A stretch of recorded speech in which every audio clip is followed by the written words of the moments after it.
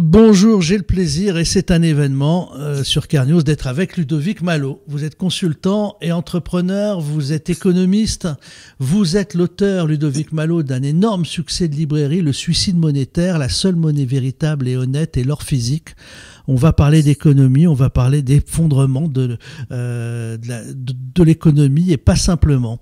Mais d'abord, on va commencer par le début. On va pas commencer d'habitude, on vous interroge souvent sur l'économie, puis ensuite on vous emmène sur d'autres sujets, notamment sur votre travail en matière de recherche. On va commencer par ce travail-là, puis on va finir par l'économie, parce que je pense, Ludovic, que c'est en évoquant la situation dans laquelle nous nous trouvons, pourquoi des prédictions sont faites, pourquoi on peut comprendre dans quel sens évolue notre société, qu'on pourra terminer sur l'économie. Pour moi, c'est logique. Et puis, comment se protéger. On sait on le sent, quand on discute avec tout le monde, qu'il y a un déclin économique, et il y a une forme d'impuissance à assister à ce déclin, pas simplement économique, mais aussi diplomatique, géopolitique, culturel. Or, ceux qui sont un peu éveillés, et ce n'est pas du complotisme, savent que parfois c'était écrit qu'il y a des dimensions qui nous échappent, des dimensions spirituelles. Elles ne sont pas aussi folles que ça, puisque toute la planète y croit depuis longtemps, et suit cela, une grande partie, sauf une minorité de 10% de la planète qui est peut-être totalement dans une sorte de rationalisme des Lumières. Je parle sous votre contrôle, et puis vous allez me corriger si jamais vous n'êtes pas d'accord. Mais ce que je voulais dire par là, c'est qu'il y a des tests que des gens suivent et qui ne se sont pas trompés, et qui permettent de comprendre là où nous en sommes, notamment ce qu'avait dit Marie-Julie Jahenny. Ça nous concerne directement puisqu'elle est dans notre zone, elle est à Blain. Au début du XXe siècle, elle était à Blain. Blain est à 30-40 km de notre studio. Voilà, donc vous voyez que c'est tout près, même pas. Donc ça permet de comprendre. Voilà, pour l'introduction. Je vous laisse la parole, Ludovic Malo. Effectivement, il y a passablement de choses qui se passent en ce moment. Il y a aussi beaucoup d'inquiétudes.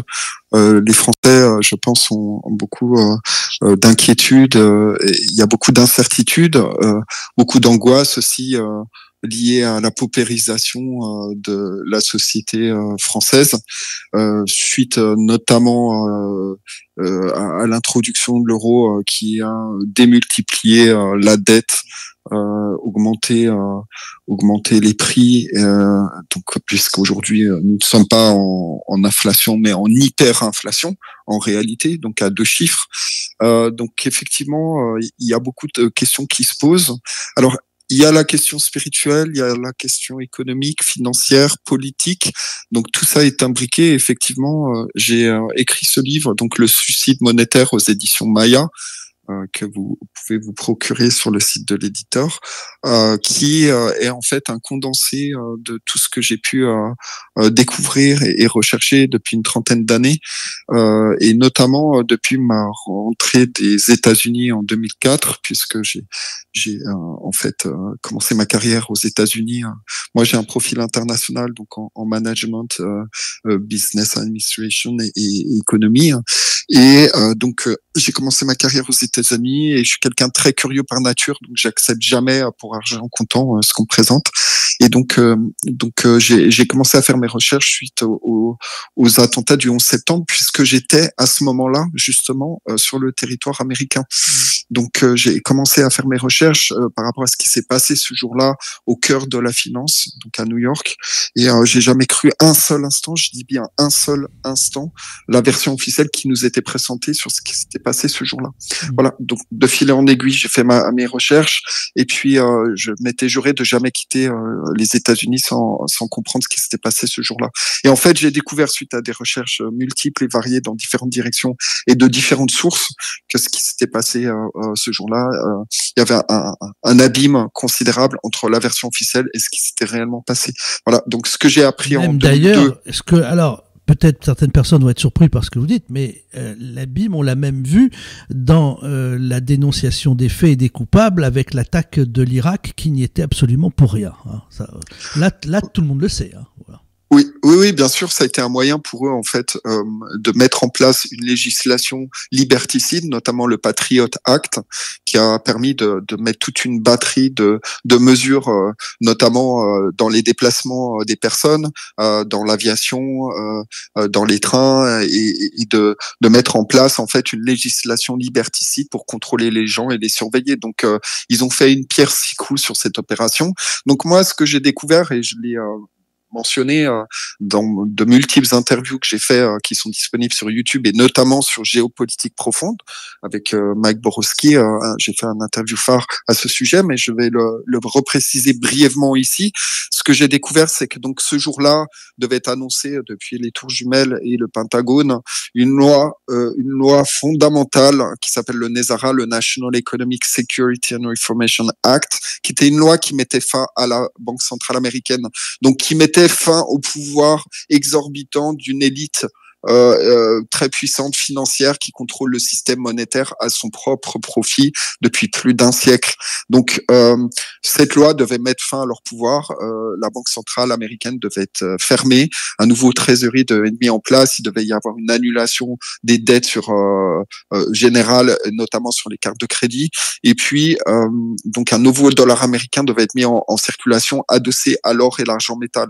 Et l'or et l'argent métal, évidemment, c'est le thème principal de mon livre, puisque j'explique les fondamentaux de la monnaie et les principes d'une monnaie honnête et saine adossée aux métaux. Alors qu'aujourd'hui, la plupart des gens se rendent bien compte que la monnaie qu'on a entre les mains, la monnaie fiduciaire, est de la fausse monnaie. C'est de la monnaie papier qui ne vaut rien, qui est mise à souhait par une petite élite financière à leur propre profit. Donc voilà, j'explique en détail le fonctionnement monétaire actuel. Alors, sur votre réflexion, moi, c'est aussi ce qui m'intéresse pour nous amener vers Marie-Julie Jaïni. Oui. Puisque j'ai commencé sur cette question. Oui, alors effectivement, on est dans une période très spécifique, une période très spéciale qui est entre guillemets la fin des temps, l'apocalypse dans le sens une période de révélation et d'éveil de la conscience. Éveil de la conscience. Donc, il y a un lien avec le mystique, avec le sacré. Donc, la France a une position de choix au niveau planétaire puisque c'est la dépositaire du sacré, c'est la fille aînée de l'Église. Donc, en étant dépositaire du sacré, c'est la plus attaquée, la plus férocement attaquée par les forces sombres, les forces sataniques qui sont en présence et qui cherchent à empêcher les gens, l'humanité, de se réveiller. Et donc, nous sommes en guerre contre ces forces-là. Elles ont commencé à faire leur œuvre depuis la Révolution française, puisque la Révolution française est une œuvre franc-maçonnique. Donc, c'est la franc-maçonnerie qui a pris le pouvoir en France depuis 1789, et ils ont voulu remplacer le roi de droit divin. Voilà. Donc, la franc-maçonnerie, même si vos éditeurs ne connaissent pas trop cette organisation secrète, ils contrôlent le pays depuis plus d'un siècle et donc ils cherchent à conduire le pays à la ruine, à la misère, et donc ils ont un agenda. Il faut connaître ça. Moi, j'ai expliqué récemment dans l'interview que j'ai fait sur Géopolitique profonde avec Mike Borowski le fait que le Notre-Dame, l'incendie de Notre-Dame est un attentat. C'est un attentat qui a été prémédité, programmé. C'est une opération intelligente. Beaucoup de questions, oui, avec aussi le fait que Jean-Louis Georgelin, qui allait peut-être parler, est mort subitement d'un accident. Alors, oui, soi-disant un accident en montagne. Jean-Louis Georgelin est donc un des généraux de l'état-major des armées qui était en charge de la reconstruction. On l'a suivi aussi, voilà, alors qu'il était en charge de la reconstruction de Notre-Dame. Voilà. Mais parallèlement, vous avez fait ce résumé, mais pour revenir à Marie-Julie Jaïni, c'est une sainte. Oui, née au début, à la fin du 19e siècle, à Bain. C'est pour ça que j'ai dit près de chez nous, j'ai dit, quand on a commencé notre entretien. Oui, c'est ça. C'est une paysanne sans instruction, illettrée, qui est donc originaire de Blain. Donc moi, je me suis penché de manière très proche des prophéties de la Fraudet où elle habitait. Donc c'est une sainte qui a vécu 91 ans. Elle est née en 1850 et décédée en 1941. Donc c'est une stigmatisée qui avait une relation très très puissante avec l'énergie et le Christ.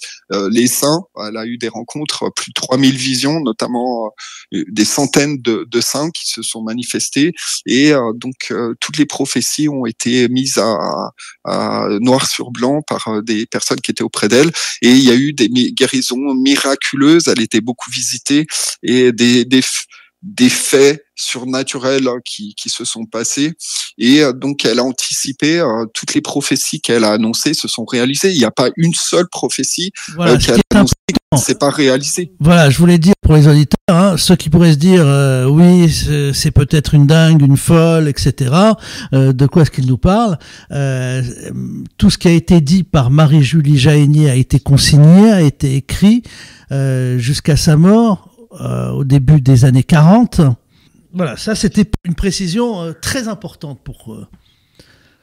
Oui, ce qu'il faut comprendre, donc en fait, une stigmatisée, c'est une personne très sainte qui en fait a toutes les manifestations de la passion du Christ. Donc tous les vendredis, elle vivait la passion du Christ, et elle était face à des attaques féroces et démoniaques, et elle faisait un travail très puissant dans le visible et dans l'invisible pour libérer, si vous voulez, des entités, des personnes du purgatoire et des zones de base astrale, pour les libérer d'énergie démoniaque. Donc elle a fait ce travail pendant 91 ans, et elle a donc fait un travail de révélation. Certaines de ces révélations et de ces prophéties ont été cachées pendant un certain temps. C'était volontaire, puisque il y avait tout un cheminement et une logique dans la révélation de ces prophéties qui devaient être révélées petit à petit. C'est pour ça qu'au début, elles n'ont pas été divulguées, et c'est seulement à partir des années 70 qu'il y a tous les écrits qui sont ressortis. Essentiellement, qu'est-ce qu'il faut retenir de ces prophéties? La France va mourir. La France va revivre la passion du Christ. Donc elle va mourir et renaître de ses cendres. Alors, avant, je vous interromps, quelles sont les prophéties qui ont pu être vérifiées et qui sont réalisées? Eh ben, elle a anticipé, oui, Première Guerre mondiale, Deuxième Guerre mondiale, le conflit israélo-palestinien en Perse. Elle a anticipé les prémices en Angleterre qui sont déjà en train de se dérouler avec les conflits en Angleterre. Il y a énormément de choses qu'elle a prédit. Je conseille d'ailleurs. C'est ça. Oui, oui, bien sûr. Je conseille à tous les auditeurs qui sont ouverts d'esprit, les Français qui se respectent, de se procurer ce livre aux éditions Résiac, les Miracles au cœur des ténèbres et les prophéties de Marie-Julie Jahénier. Il y a 2 tomes. Je conseille vivement et fortement aux auditeurs de se procurer ces 2 livres. Il y a en détail toutes les prophéties qu'elle a anticipées. Donc, elle a anticipé que la France allait devenir Mahomet. D'accord, Mahomet, donc la religion musulmane est en train de prendre le dessus en France. Avec l'aide du Parti communiste. Exactement, un parti socialo-communiste qui est nécessairement, aujourd'hui on le reconnaît, la NUPES et le Front populaire. Donc ces gens de gauche et d'extrême gauche vont causer de très graves problèmes à la France. Elle anticipe une guerre civile. Paris va être détruite en partie. Il va y avoir une loi d'enfer qui est liée à une interdiction de culte des chrétiens en France. On ne sait pas exactement sous quelle forme ça va prendre, mais on voit qu'il y a une destruction programmée des églises et des incendies multiples qui se développent, et le gouvernement ne réagit pas. Donc on voit qu'il y a une complicité, et je disais tout à l'heure que Notre-Dame est une opération intelligente qui a été programmée au plus haut niveau de l'État français. Donc, et les services de renseignement sont impliqués là-dedans. Les poutres ont été badigeonnées d'un thermite 7. Un thermite 7, c'est un produit hautement inflammable. C'est pour ça que Notre-Dame, c'est le feu, l'incendie s'est développé à une vitesse fulgurante parce qu'il y a eu un accélérateur de feu qui a été utilisé. Donc c'est une opération intelligente. Donc l'idée c'était de détruire la symbolique spirituelle de notre pays, de notre héritage, puisque la franc-maçonnerie, le but de la franc-maçonnerie haït trois choses. Le peuple, elle nous prend pour du bétail, pas autre chose. Elle haït la monarchie de droit divin, voilà. Et puis elle haït la religion catholique. C'est pour ça qu'il y a une bataille féroce qui est menée contre les forces, donc ces forces sataniques, parce que le grand architecte de la franc-maçonnerie, il faut pas se tromper, c'est Satan, d'accord? Et Satan est en train de mener une guerre féroce contre la religion catholique pour détruire la foi chrétienne en France. Donc ça, il faut bien l'avoir en tête. Alors, Ludovic, si on revient sur les prédictions, donc la destruction de Paris, plusieurs années de chaos, on retient grave crise économique, on comprend... Invasion islamo-russe également. Invasion islamo-russe, la France va être divisée en deux parties. Essentiellement, Marseille va être englouti, apparemment. Le sud de la France va être gravement touché. Et la Bretagne serait protégée. Une partie importante de la Bretagne va être protégée parce que dans l'énergie de nos ancêtres, il y a beaucoup de gens qui ont la foi en Bretagne et une partie de la Bretagne va être protégée. C'est intéressant parce qu'il n'y a pas que Marie-Julie Jahenny qui l'a écrit, on l'a retrouvé dans de nombreuses prophéties sur cette protection qu'il y a sur la Bretagne. Il y aura 3 jours de ténèbres en France. Alors ça c'est intéressant. À l'époque où elle avait fait ses prophéties, l'électricité n'était pas aussi développée partout, on n'avait pas le chauffage, vous voyez ce que je veux dire, on n'avait pas Internet, le téléphone. Peut-être que ténèbres signifie coupure de tout, c'est ça. Ça peut être une interprétation. Oui, ça peut être une interprétation, ça peut être aussi un basculement des pôles, ça peut être parce que le basculement des pôles est évoqué dans de multiples prophéties et canalisations. Donc, on ne sait pas exactement la nature de ces 3 jours de ténèbres, mais je peux vous dire qu'il vaudra mieux rester chez soi et ne pas regarder ce qui se passe à l'extérieur parce que c'est conseillé. Et donc, il va y avoir une justice divine qui va se faire, qui est en fait un travail, une opération de purification intense. Et donc, il y a beaucoup de choses qui vont se passer dans le livre. C'est indiqué les recommandations qui sont faites, mais en substance, je recommande les Français qui se sont éloignés du sacré de faire un travail de recentrage. Je le disais, de recentrage, se mettre sous la protection du Christ et de la croix, parce que cette croix est puissante. Et puis, elle protège contre ces forces sataniques. Ces forces sataniques sont en train de se déchaîner. Elles vont encore plus se déchaîner. Donc, c'est vraiment important de se rapprocher du sacré, de faire aussi des prières et de revenir, parce qu'il y a beaucoup de Français qui ont été baptisés, mais ils se sont écartés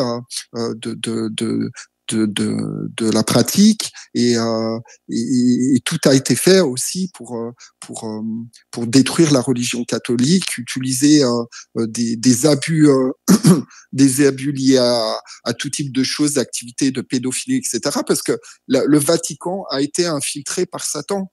Et moi, je le dis aussi que le pape actuel, le pape François, est un imposteur on voit bien que et un usurpateur. Mais d'ailleurs, on voit bien, Ludovic Malo, que tout ce qui est en ce moment, les scandales mondiaux, on a vu le film Sound of Freedom, la pédophilie, les captures d'enfants, les chiffres sont faramineux et on voit bien que de plus en plus de certaines élites, cette guerre entre le bien et le mal, ça c'est intéressant aussi. On le voit dans les élites.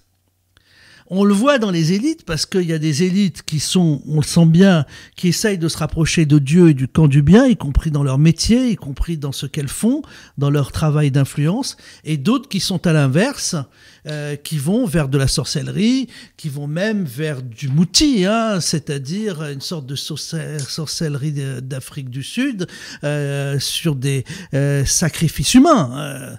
Et on voit les deux camps qui s'opposent clairement. Oui, effectivement, en fait, c'est un petit peu comme un iceberg qui est en train de la partie immergée qui est en train de refaire surface. En fait, de plus en plus, on voit le lien entre toutes les élites, les célébrités, la pédophilie, le satanisme, parce que tout est lié en fait. Les adeptes Satan sont des pédophiles. Ça, il faut bien le comprendre. C'est proche du mouti. Alors certains le sont par sexualité, par déformation, etc. D'autres le font de façon sacrificielle pour obtenir une puissance. Exactement. Voilà, en fait, c'est une convergence d'intérêts, j'allais dire. Oui. En fait, tous ceux qui sont affiliés aux loges secrètes, parce qu'il y a la franc-maçonnerie, mais il n'y a pas que ça, il y a plein d'autres loges secrètes qui font des rituels, des loges sataniques. Donc, tous les entités, toutes les personnes, moi j'appelle ça entités, toutes les âmes qui ont voué allégeance à ces forces sataniques sont sous la domination de ces forces sataniques. Donc, voilà. Donc, je voulais qu'on avance un peu plus rapidement parce qu'on a déjà pris pas mal de temps, cher Ludovic. Mais là, on va refaire d'autres interviews. En fait, il faudrait séparer, hein, faire des interviews très différentes par sujet. Je vais avancer très vite avec vous. Elle avait aussi prédit l'apostasie dans l'Église. Ben, ça, on le voit bien. Ça semble, pour beaucoup de catholiques, c'est une évidence. Des fléaux, des catastrophes naturelles. Beaucoup de gens vont mourir. On voit bien déjà deux tiers de la population va disparaître. Bon, alors, plus de 2 tiers. Ce qui est aussi important, c'est que dans ces prévisions de Marie-Julie Jahenny, vous les avez regroupées de façon mathématique, vous avez étudié d'autres choses en matière de spiritualité, vous regroupez tout ça avec l'actualité, hein, voilà. C'est quelque chose que nous allons connaître, voilà. C'est pas quelque chose, vous nous dites pas ça va se produire dans 30 ans ou dans 50 ans. Non, vous dites que c'est dans les mois ou les années qui viennent. C'est une question de 2025, 2026. Il y a beaucoup de choses qui vont se passer. C'est-à-dire en termes d'années, vous n'êtes pas sur du 2 chiffres, vous êtes sur du 1 chiffre. Oui, exact. En fait, on anticipe que ça aille jusqu'à 2033, c'est-à-dire qu'en 2033, la situation aura été rétablie. Donc, grossièrement, la France va mourir, elle va renaître. Elle va renaître. On va pas dire comment, parce que tout ça, il faut lire Marie. Ouais. Voilà. Donc, la France va vivre la passion du Christ, beaucoup de souffrance, beaucoup de chaos, et ça va être la première à tomber et la première à se relever. Mais ça aussi, ça avait été écrit dans la résurrection. La France va être le premier pays à vivre la résurrection, mais elle va être nettoyée, purifiée, donc il y a beaucoup d'enjeux. Après, ce sera d'autres sujets, mais c'est passionnant. Moi, j'invite vraiment les auditeurs à s'intéresser à Marie-Julie Jahenny, J-A-H-E-2-N-Y. Le livre s'appelle Miracle au cœur des ténèbres, et à s'intéresser à cette sainte de bain. Elle est de chez nous, pour bien comprendre, elle nous est proche. Voilà. Donc, on voit que c'est le bord du chaos. Eh ben, je voudrais qu'on termine, cher Ludovic, on va parler de votre livre, ça c'est passionnant, sur l'or, voilà, je rappelle Ludovic Malo, vous êtes d'abord économiste, votre livre a été un best-seller et continue de bien se vendre. Comment faire, comment protéger le peu d'argent qu'il nous reste, j'allais dire. Alors justement, donc les personnes qui sont intéressées à mon livre Le Suicide monétaire peuvent se le procurer partout, mais notamment sur le site des éditeurs, les éditions Maya. Moi, je suis basé à Genève, en Suisse, puisque je suis franco-suisse, français de naissance et je suis à moitié breton. J'aime bien le préciser aussi. Donc, effectivement, le seul moyen aujourd'hui de protéger efficacement son capital, même si on a un petit capital, c'est d'avoir de l'or et de l'argent métal, soit en physique ou aussi en complément en crypto. Crypto adossé à 100%. Justement, je voudrais qu'on s'arrête sur les cryptos, Ludovic. Oui. Quel est le piège? Il y a quand même un piège sur les cryptos. Est-ce qu'il existe, vous nous conseillez des serveurs de crypto, des monnaies crypto, adossées réellement à l'or et à l'argent? pour ça que je parlais de piège. Oui, il faut pas confondre le Bitcoin, qui est une crypto qui n'est pas adossée à un actif réel, et les autres d'autres cryptos qui sont sur des projets précis. Par exemple, la CryptoLink, elle est adossée elle est utilisée par les entreprises comme preuve de réserve. Donc, il y a des cryptos qui sont adossés à quelque chose ou à des actifs réels, et il y a des cryptos qui sont adossés à rien. Donc, faut faire vraiment la différence.